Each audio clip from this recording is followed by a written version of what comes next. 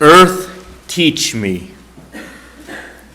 These words come from the Ute Nation, the indigenous people of what is now the state of Utah. It is a statement of reverence, a belief that the earth would provide all the answers we need for living. This relationship to the earth was different from that of the Christian European settlers who conquered North America. They read in their Bibles, which said in Genesis 1:28, "And God blessed them. And God said unto them, Be fruitful and multiply, replenish the earth and subdue it, and have dominion over the fish and the sea, and over the birds of the heaven, and over every living thing that moveth upon the earth." Dominion, to rule over. It was their duty to subdue the wilderness. The earth belonged to people. Legend has it that Chief Seattle reminded the Europeans, "The earth does not belong to us. We belong to the earth." And science might have provided some counterweight to the Christian perspective, but the 18th century deists looked to nature to teach the laws of God. But the Industrial Revolution was primarily about using the forces of nature to increase human production. Charles Darwin's theory of evolution had humanity as its highest evolved form, and as such we had special rights over the rest of nature. But as humans continued to study the cosmos, it became apparent how huge this universe is and how small we are in comparison. Stephen Hawking writes, "We find ourselves in a bewildering world. We want to make sense of what we see around us and ask, what is the nature of the universe? What is our place in it? And where did it come from? And why is it the way it is?" This sets the stage for what I call scientific paganism. It's not the paganism that believes gods control nature, but it does suggest that the universe is controlled by unseen forces such as gravity and quantum mechanics, and as I heard one of our teens say in the forum today, strings. Albert Einstein pondered infinity. He wrote, "You will hardly find among the profounder sorts of scientific minds without a religious feeling of his own. But it is different from the religiosity of the naive person. For the latter, God is a being, from whose care one hopes to benefit and whose punishment one fears. A sublimation of feeling similar to that of a child to a father. A person to whom one stands, so to speak, in personal relation, however deeply that it may be touched with awe. But the scientist is possessed by the sense of universal causation. The future to him is every whit as necessary and determined as the past. There is nothing divine about morality. It is purely a human affair. His religious feeling takes the form of rapturous amazement at the harmony of natural law, which reveals an intelligence of such superiority that compared with it, all systematic thinking and acting of human beings is an utterly insignificant reflection." this feeling is the guiding principle of his life and work, insofar as he keeps himself from the shackles of selfish desire. It is beyond question closely akin to that which has possessed the religious geniuses of all ages. Einstein's notion of being humble in the face of the universe and keeping free from the shackles of selfish desire most closely resemble the Buddha's teaching of non-attachment. And those who attended the forum heard the speaker today talk about transcendental notions that go beyond our normal categorical thinking. This is what Einstein referred to as the cosmic religious feeling. It contains no dogma and no God conceived in man's image. A man's ethical behavior should be based on sympathy, education, social ties, and needs. Humans would indeed be in a poor way if they had to be restrained by the fear of punishment or the hope of reward after death. Einstein had a problem. He was a very rational man, but he came up against a wall because he said knowledge of what is does not open the door directly to what should be.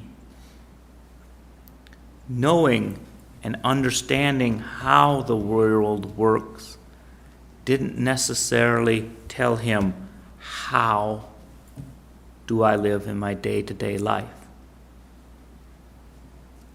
And so for that, he looked to many world religions and tried to distill what might have been the core.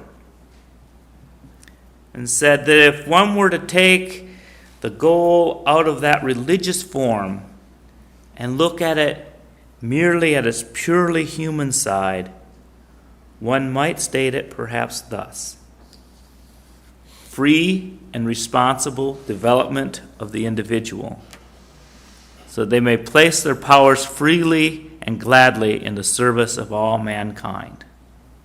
I think you might have read Einstein when they were coming up with our principles of a free and responsible search for truth and meaning. Einstein's empiricism led to awe.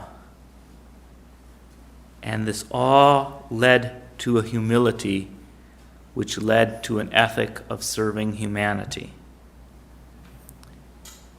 I find it amazing to think of the fragility of this earth. If we were 5% closer to the sun, we would burn. 5% farther, we would freeze. There might still be life on the earth, but it wouldn't be human. We are a small happenstance against infinite odds. How does that make us feel? On one hand, our presence as a speck of life in a wide universe could make us feel special. On the other hand, our insignificance may make us feel small. Are we a special creation or a quirk of nature? When Charles Darwin developed the theory of evolving species, many people felt that it robbed humanity of its special place as being made in the image of God.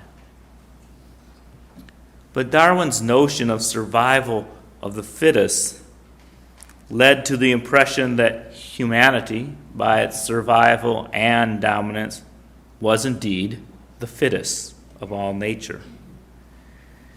The competitive nature of evolution indicates that in some way humanity is the winner.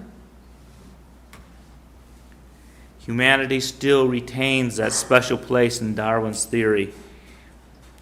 Theists argue that humans are God's top creation, Evolutionists argue that we are the most highly evolved.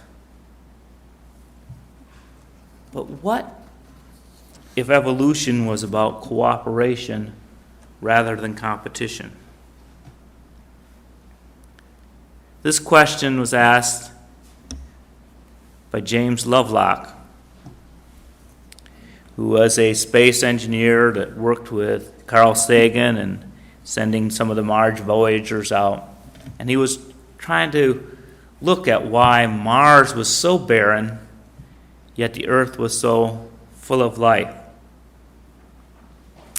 And he came up with the Gaia hypothesis, named after Gaia, the Greek goddess of the earth. It states that the global ecosystem sustains and regulates itself like a biological organism rather than as an inanimate object run by automatic and accidental processes of geology. In essence, Lovelock's hypothesis sees the surface of the earth as more like a living body than a rock or machine.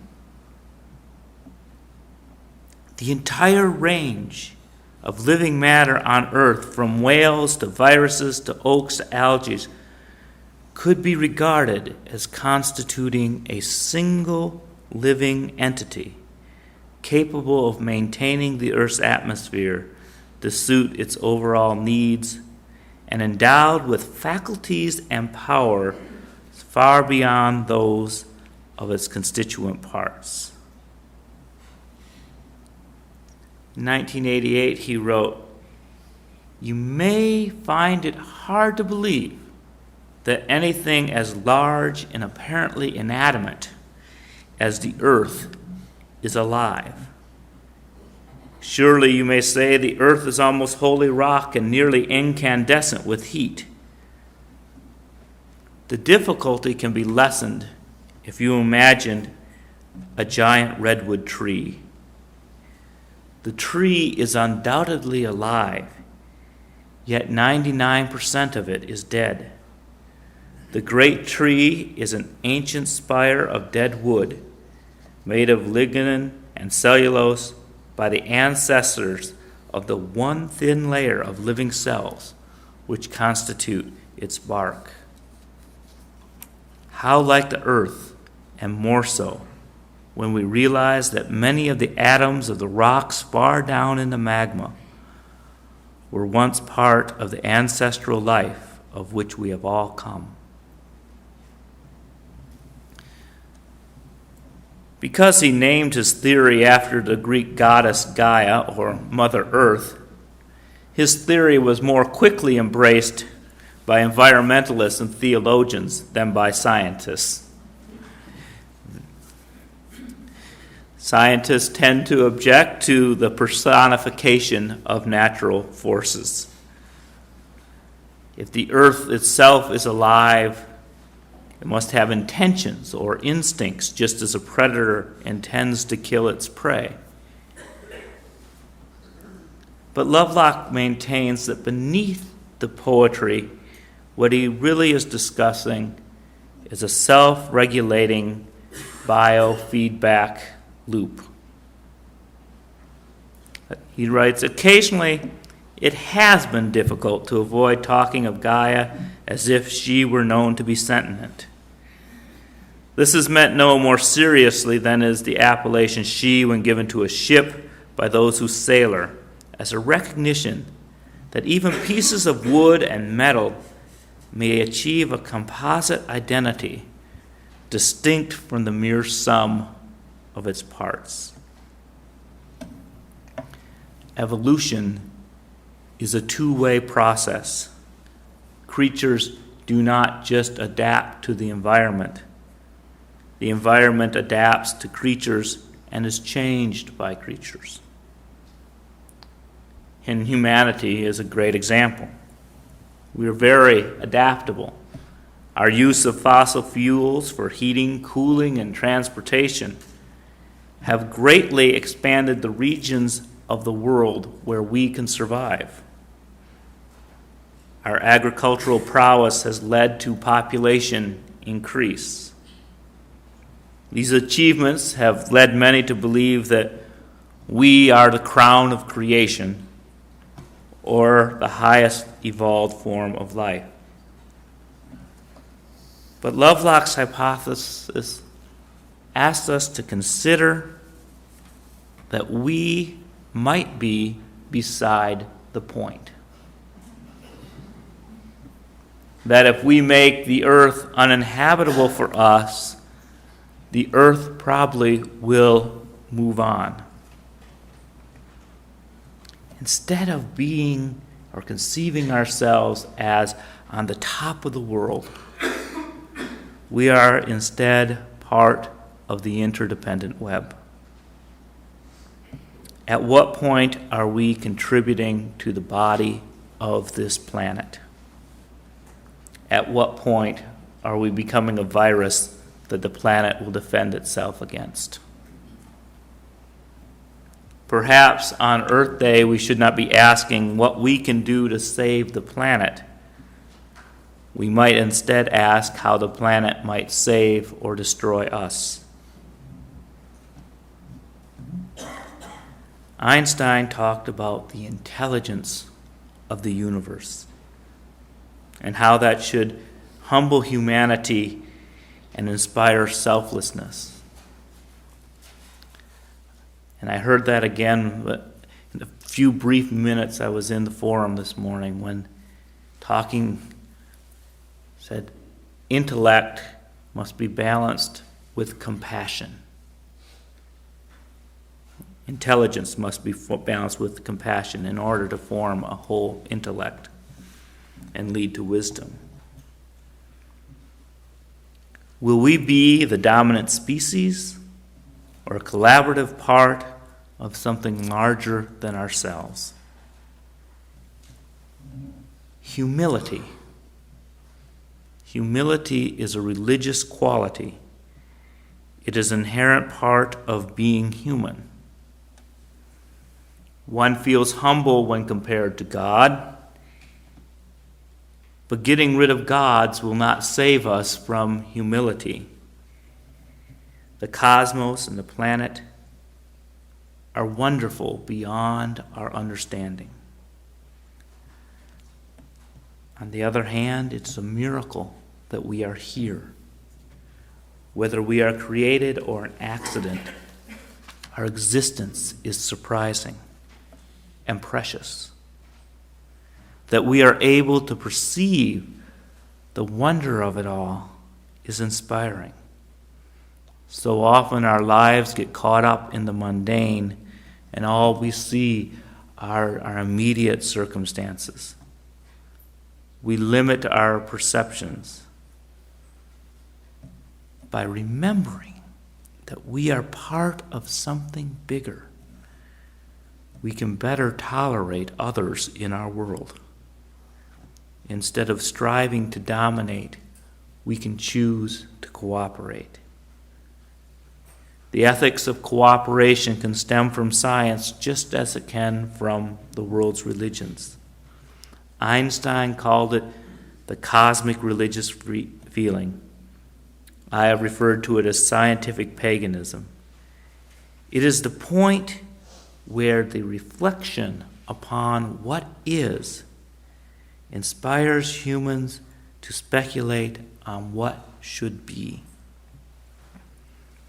Darwin's research brought him to the point of agnosticism, yet he responded to the ethical imperative. He said that a person looks forward and backwards and compares his various feelings and desires and recollections. He then finds, in accordance with the verdict of the wisest men, that the highest satisfactions is derived from following certain impulses, namely the social instincts.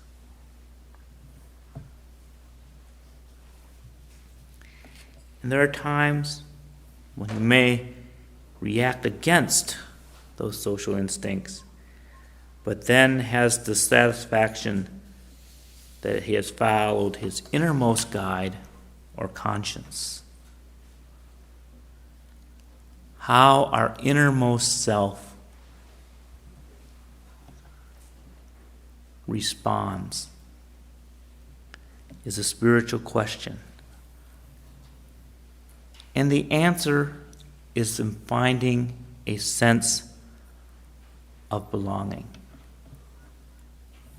Somehow, the most distant star is made up of the same minuscule quarks that are in us. Somehow, we belong together. The question I want us to consider this Earth Day and this Flower Communion is, how do we belong in the universe?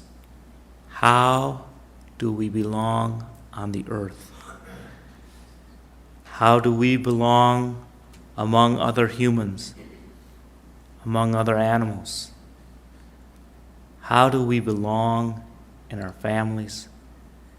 And how do we belong with the person next to us, or the one that we'll meet this afternoon?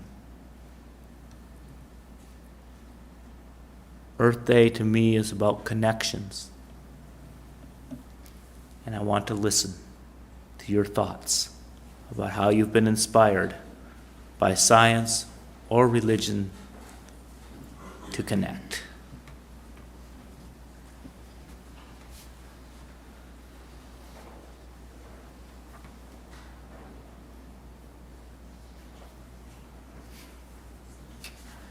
Jim. I'll just say, put a point of science in here that we know so very little, and yet we can measure it so greatly, like how we do with electronics.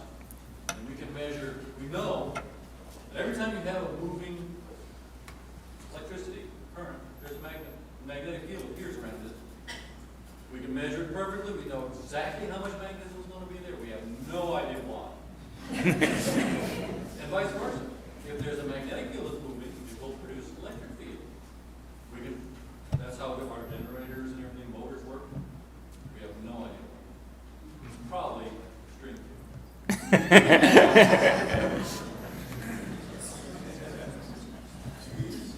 Gail will tell you string theory is when I started putting down Stephen Hawking's book and going, ah.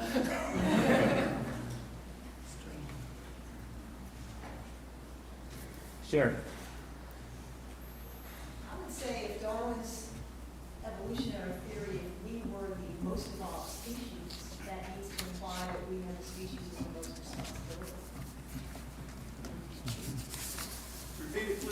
That if, according to the evolutionary theory, that we are the most highly evolved, that also makes us the most responsible. Yeah. Well, the notion that it's about cooperation, evolution might be about cooperation, I would go for the ant. And there's a book by E.O. Wilson about cooperation and ants, and he goes a lot about how the environmental movement is really a spiritual movement, and he bases a lot of that on some of this thinking of cooperation in nature.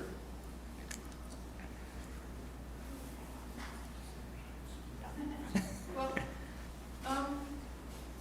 in viewing a lot of the programs such as Nature's World or whatever you call it, we often see these species and their migration to find better sources of food and so forth. And once, when I flew to the West Coast, I was so impressed with the migratory aspect of human cultures, and it led me to think, about certain species becoming extinct because of their own actions. And so, to me, in terms of responsibility for our planet, I think that we have gone a long way towards changing the nature of the planet in ways that may not be hospitable for our species. Yeah. That we are threatened by our very success. I mean, that 100 years ago we didn't have the technology to create 5 billion, 6 billion, or wherever it is right now. because there would have been no way to feed them. And so, but that's creates, every success creates new questions. Javier. For hundreds of thousands of years, our species lived here harmlessly. And when we think of us, we think of what we call the beginning of history, which was somewhere between 8,000 and 10,000 years ago with the agricultural revolution. But there were people who were as intelligent and thoughtful and human as we have ever dreamed of being. And it's funny when we think about who we are, we think in about 15 seconds. And that's all. Let us. Okay, Jerry, and then we'll. Food for thought. We think we're the only life in the universe. In the last issue of Discover magazine, they talk about the life as exists. We think on the moon of Jupiter called Io. So there may be life on the moon of Jupiter, and that creates all sorts of new questions. Let us turn now and join in singing hymn number 21, For the Beauty of the Earth.